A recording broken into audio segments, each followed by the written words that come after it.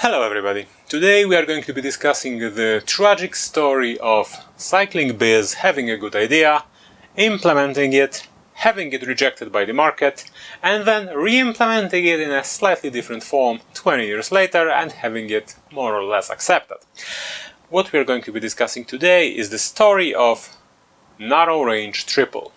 This one is an example of such a crankset because it was about cranksets. This one is FCMJ05 new old stock crankset from mid-90s, which I intend to install to my bicycle.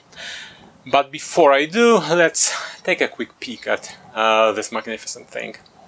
This, ladies and gentlemen, is a BBUN 54, which is an example of peak square taper bottom bracket. It is a sealed unit rolling on big ball bearings, which has been factory preset and adjusted to spin freely, and provided you're not going to be jumping off cliffs, it's going to serve you forever. But this isn't really the topic of this video. This is the hero of our video today. This is an FCMJ05 crankset from the mid-90s, and I think this is a new old stock, although there's something broken here. The cover here is not really intact. Anyhow, this is obviously a square taper crankset. This is a narrow range triple, and this narrowness can be seen from the size of the chainrings. It would be customary in the times this is from for the triple to be 48, 38, 28, or for example 44, 24, 44, 34, 24, or something like this. And this one is 38, 32, 24. This is actually ahead of its time because, as you might know, the 2x10 cranksets are often 38, 24 or 36, 22, which is essentially is this, but without the middle ring. Now, this one is an example from a children's group, the MJ2, which is something obscure and you're not going to find it anywhere. And you can see this from the length of the crank, because this one is 160 millimeters long. There was also a 140 and 152 millimeter version, and I have to say that I am a little bit scared of this, or a little bit I don't know what's going to come up from this, because I am used to 175 millimeter cranks or even 180. And I did use 152 millimeter cranks many years ago without much of a problem, but you know, trying new things and not really remembering what happens. Now, what really made me buy this one is the fact that I am making a retro kind of sort of bike, and I am trying to recover from a knee injury, and my thinking is that higher RPMs, which usually accompany shoulder cranks, and lower gearing is going to make the healing process a bit faster. Now, the interesting part about this crankset is that there is nothing really interesting here. The rings are not, you can't detach them from the crankset. This is just for decoration. Everything here is riveted or in any way or some sort of permanently attached to the crank arm. So unfortunately no replacing this. Once these are gone, they are gone, and that's really much anything you can say about them. They are an HG or Hyperdrive C, so they have the shifting ramps and all the interesting bits and pieces that make shifting really smooth, and this is a typical example of a low end but still high quality crank from the mid-90s. So let's install this to the bike and discuss the MacGuffin when it comes to narrow range triple and why it was such a good idea and why it wasn't implemented. Alright, so here we are. This is the components I've been using for the last few days. Unfortunately, I haven't recorded anything because I've been preoccupied with the fate of the universe. However, these are the components and they go as such. This is a Shimano Z rear derailleur with a DH link here and medium cage from Shimano XT. 11 speed cassette, which is using 12 speed spacing, so I got different shims between the cogs in order to use my 12 speed Sensa shifter. The chain here is not Shimano, this is a SRAM Eagle something something. Shimano SLX front derailleur, and obviously the hero of our video, which is the Shimano FC MJ05 front crankset with 160 mm of crank length. Let's run it through all the gears and see how it performs. Although I guess I'm just going to do the rear, although as you can imagine it just works. And I am shifting the front with a friction shifter because, you know, riding in the 90s. But as you can see, it more or less works. Obviously the derailleur can't handle all the chain because that's a medium cage and that's a wider range cassette, or wider range, so there's a little sag here. Not much of an issue when riding on the granny, because on the granny I'm going to be using the largest cogs on the cassette anyway. But as you can see, this more or less works correctly. There's a little bit of rubbing. I can micro adjust on the shifter because that's a friction shifter, so you know. And it more or less works as you would expect. However, because of a conjunction of several reasons, I'm just going to, and by just I mean in this video, going to replace this one with this Dior 6040 3022 crankset. And I think it might be interesting to discuss why this is going here and what sort of differences can we expect from 24 years of progress. This is current, this is 1997. Alright, so here we are at the workbench. Here we have our cranksets before us.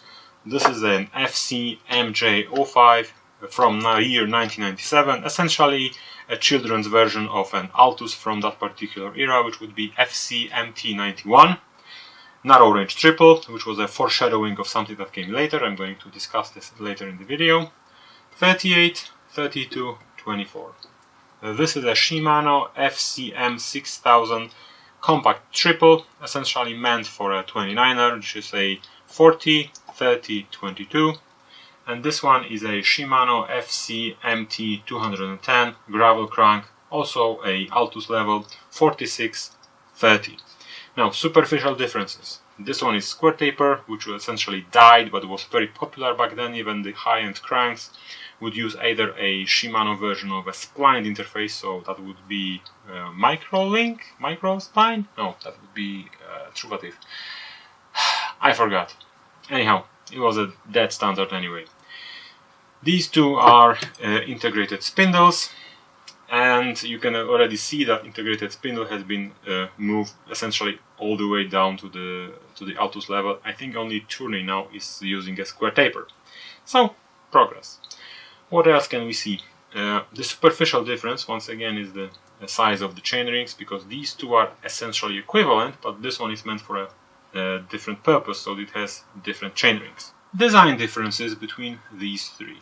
This one and this one have their chainrings permanently attached to the crank arm, so once these chainrings wear out, they are going to, well, the entire crankset goes to the trash bin. This one, however, has the chainrings attached to the spider, and the chainrings are detachable and replaceable. And this is actually not really unique, because even in 1997 you could get cranksets which would have the chainrings removable. This is simply higher end crank, so that is the difference between these two. There isn't much of a progress here. Now, as I already told you, square taper, spindle, spindle. Once again, we are going towards the future. And square taper, even though you could get very high-end cranksets in 1997, which would be using this interface, this is essentially all but gone. Only the lowest-end cranksets are using this. Now, chainring material. Steel, fiber reinforced composite plus steel on the middle one and aluminum on the largest one, which make this crank kind of light. And this composite construction is something that Shimano has been started doing in 2006 or 2007. Anyhow, steel, steel, steel, as you would expect, and steel and steel. These two are obviously the heaviest ones.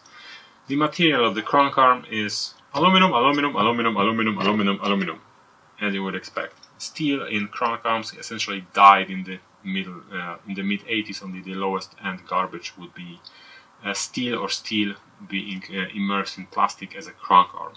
Let me introduce you to the concept of a shift gate, which is something, or this is a term I coined for myself because I don't really know what's the proper term for this one, but a shift gate is the arrangement of all these shapes that have been put on a chainring by whatever method they was machined or stamped, that makes sure that the chain is moving from one chainring to another using the shortest path, and during the transfer the chain is attached to both chainrings. This prevents that jerking notion or jerking motion that happens if it happens outside of this particular zone. And chainrings in reality are designed in a manner that the shift should happen only on these designated spaces. This is the upshift gate. There is also downshift gate, which is kind of less visible here, but it is somewhere here. Oh, there you go. Construction wise, square taper, 3 steel chainrings, aluminum crank arm, which is a solid bar of aluminum, permanently attached chainrings, 2 all steel aluminum crank arm, which has been shaped somewhat to reduce the weight, but other than that, apart from a different interface, these 2 cranksets are very similar when it comes to their design. Obviously the chainrings are permanently attached to the crank arm, so once a chainring wears out, the entire crankset is essentially tossed into the bin. Now this one, however, has a spider which is attached to a crank arm like here. So the spider is a separate part which has been attached to the crank arm, and the spider attaches the chainrings. But you can see that the chainrings are replaceable. You will use a standard M5 Allen key to get them off. And the material is steel, aluminum, and the middle one is a fiber reinforced some sort of a resin and steel. This is something that Shimano started doing in 2006 or 2007, and it's their standard construction for a chainring, for the middle one at least.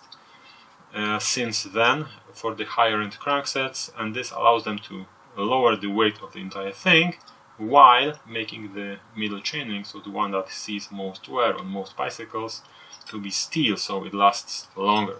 And this is a nice, good, high quality crank, and this particular chainring, this composite construction, is something that you wouldn't be getting in this year.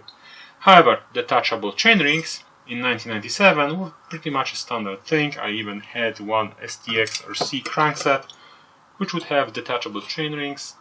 No issue there. Detachable chainrings are simply standard on higher quality equipment since, I think, forever.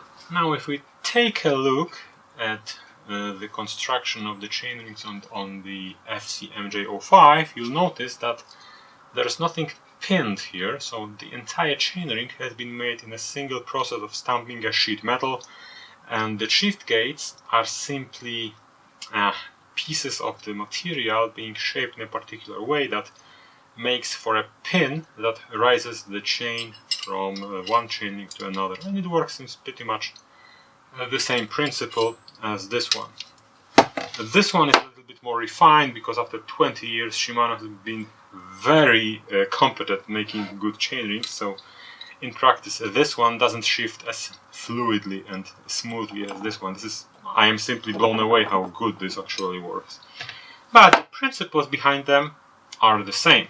The only difference is that here you see that the shift gate is a very elaborate system of pins and ramps and these chamfers on the teeth and everything, while here everything has been stamped and made as simple as possible. Now, if we compare this to the Altus, you will also notice a little bit of a market segmentation, because Dior has 2 upshift gates and 2 downshift gates, while the Altus has only 1. And since chainrings are designed in a manner that the change from one ring to another is supposed to happen only on the shift gate, it means that the Altus is shifting slower than the Dior, and actually that you need to spin a little bit more in order to engage the shift gate. So This is market segmentation, this is the reason why this is cheaper, but theoretically speaking, these two are from the same tier of equipment, and this one has a full complement of shift gates, because there are 2 on the big ring, 2 on the middle ring, and when it comes to shifting to a lower gear, there are 2, there are 2 downshift gates here, and there are 2 here. So features wise, this one is a much more advanced version of this one, even though these two are essentially from the same tier of equipment. Let me dispel certain myth. This is a triple, right? And this is a triple, right? This one is 6 speed, although theoretically this is a 6 speed, but in practice it's a 6, 7, 8 speed. This one is 10 speed, although in practice you can use it on an 11 speed drivetrain as well. What is the distance between the cogs? Obviously this one is narrower, right? Let me show you this one. It's going to be fiddly. Wrong. The distance between the cogs on a multiple ring crankset is essentially the same since they've been around. It's about 7.8 millimeters apart. Alright, little explanation is in order. This one theoretically is 6 speed, although in practice it's a 6, 7 and 8 speed, because 6, 7 and 8 speed chains are essentially the same. And you'll notice that if I use this 9 speed chain, SRAM PC971, you'll note there's quite a bit of space between the chain and the next neighboring chainring. Now, if we use the same chain on an otherwise 10 or 11 speed crankset, you'll notice that the gap here is much tighter. The difference between 10, 11 and higher speed cranksets, and essentially between cranksets meant for different speedness, is the width of the cog. There's always a stuff here, and you can see this in this particular crankset. Take this one so you can see this better. You'll notice that this chainring, which is 8 speed, is much narrower than this otherwise 11 speed chainring. And this is to prevent what caused me to take this one from my bike. One of the 3 reasons. So, what is the progress here? Obviously, by buying a chain or buying a crankset in this day and age, you're getting integrated spindle. If you're buying something more expensive, you're getting the incredible progress when it comes to quality of shifting, because this one shifts phenomenally. If you're buying something from the same group, you're essentially not actually getting much of an upgrade, because all you're getting is the integrated spindle, but technically speaking, these two are almost identical. The only notable difference is that the pins on the shift gate here, this is an actual pin that has been pressed into the chainring. That's something new, something that Shimano started doing in the recent years, because even up to 2015 you will be getting pretty much things that is identical to FCMJ. So pressed, simple, pressed chainrings attached to a crank arm, either with a spider or with that one, and the same HG or Hyperdrive C chainrings all the way. And the difference you would note is only if you're using a 10 speed trend speed, for example, 10 speed crankset, it would be having this apron or this sheet pushed a bit more outwards than otherwise 7 or 8 speed cranksets. So, even though I was kind of hopeful in the beginning of this video, this one is off my bike, even though I still have plans for this one and they are being set in motion as we speak. I speak, sure. So, why is this one off my bike? 3 reasons actually. Reason number 1, because the crank arm here is shorter, I had to rise my seat to compensate for the difference, and it's well made the mess of my perfect fit on that particular bike. I wasn't able to compensate this, and I would have this sensation of riding very high on the bike. It wasn't really pleasant, although I could live with this if I was getting the results I wanted. Now, problem number 2 is that I've been trying to use this one with a 12-speed chain because I wanted to jerry-rig my 12-speed shifters, because for some reason I've got plenty of them. Anyhow, because of the problem of the chain rings, these are too narrow and they're compatible with 6-speed chain, I was jamming the chain between the chain rings on a few occasions. You can even see the markings here. And that was actually pretty bad, and I had to pull the chain violently out of there. Violence solves every problem. Anyhow, the third reason why this one is off my bike is that I put it on with the pretense that it was going to help me with my knee injury, or it's going to help me recuperate from a knee injury. However, it seemed to make it worse. So if I was getting better when it comes to the knee, I could live with the borked geometry or having the chain jammed sometimes well, when I'm operating the crankset.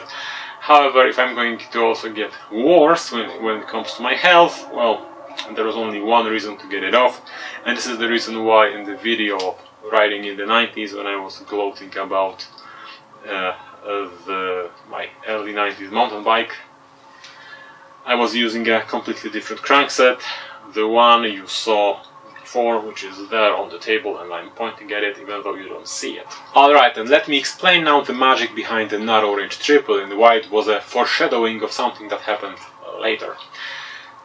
If you rode a mountain bike to any degree, especially the mountain bike of the variety of big knobby tires into low pressures, some suspension and big mountains and trail features and all that jazz, especially as the sport progressed, the features became more and more extreme, and what we now consider normal trail features would be something extreme in the 90s.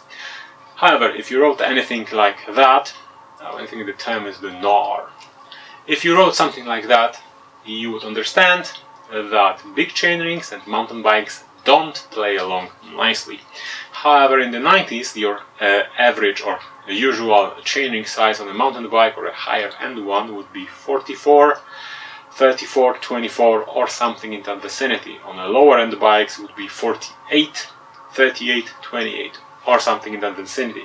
If you try to ride something like that over well, rich terrain, you would risk either being impaled on the chainring, having that chainring strike on something and being destroyed, or other problems. And that chainring wasn't really useful because 44 by 11 gear is a road bike territory of a gear. And that's why we have at some point reached a double. And this thing is a foreshadowing of that happening, because 38, 24 is your standard mountain double, which Shimano introduced, although not saying introduced in their product lineup somewhere around 2006 or 2007 with a XT group set, and Shimano was also offering something similar in Saint and SLX a bit earlier. Point being, however, having this one, well, not this one, but the one with a longer crank arm, so an adult crank arm, on your bicycle would be something of an epiphany on your bicycle if you were using it somewhere where the large chainring was a problem. And more on that topic. This one is a double, or a foreshadowing of one, but this is a double with benefits. Because you see, on a double you either ride on the big ring and you shift to a smaller ring in order to climb a mountain, but you're using essentially your entire cassette on the big ring. However, there are places where you would wish for something in the middle between them. And I think you can understand where I'm going with this one. With a crankset like this one, you're essentially always riding in the middle, and the big ring is being used to ride on the flats. Essentially, it's a bit of an overdrive, 20% more than your usual gear, and that is immensely useful if you're using your bicycle in a dual mode or something like that, because the middle one is the one that you're using most commonly, The big one is used either to get to the trail or get from the trail or ride some fast single track or something like that, and the small ring is being used for climbing. This was very useful, and in all honesty, if someone offered me a modern crankset with all features of this one in this particular format, I would buy it, because I bought this one precisely because this is so close to this thing. Anyhow, there's nothing but shameless self-promotion from this point onward. You can now safely turn off this video and enjoy some frolicking cats like people of culture do. However, if you enjoyed this video, please thumb it up, because that tells Google that this channel is worth something, and it tells me that this channel is worth something as well. And if you want to keep me motivated even further than that, please subscribe to the channel, because I semi-regularly this is the worst shilling I ever did, and I am kind of ashamed of myself. Anyhow, if you want to keep me motivated for doing this particular thing even further, please subscribe to the channel. I hope to see you in the next video. I hope you've been entertained, and in order to foreshadow something cool going on with this particular crankset, I'm not really waving this from beyond this. I'm not waving it for no particular reason, because I actually have something interesting planned for this one in the future, and I'm going to share it possibly when I'm going to complete it, so it's going to take a while, so a month maybe.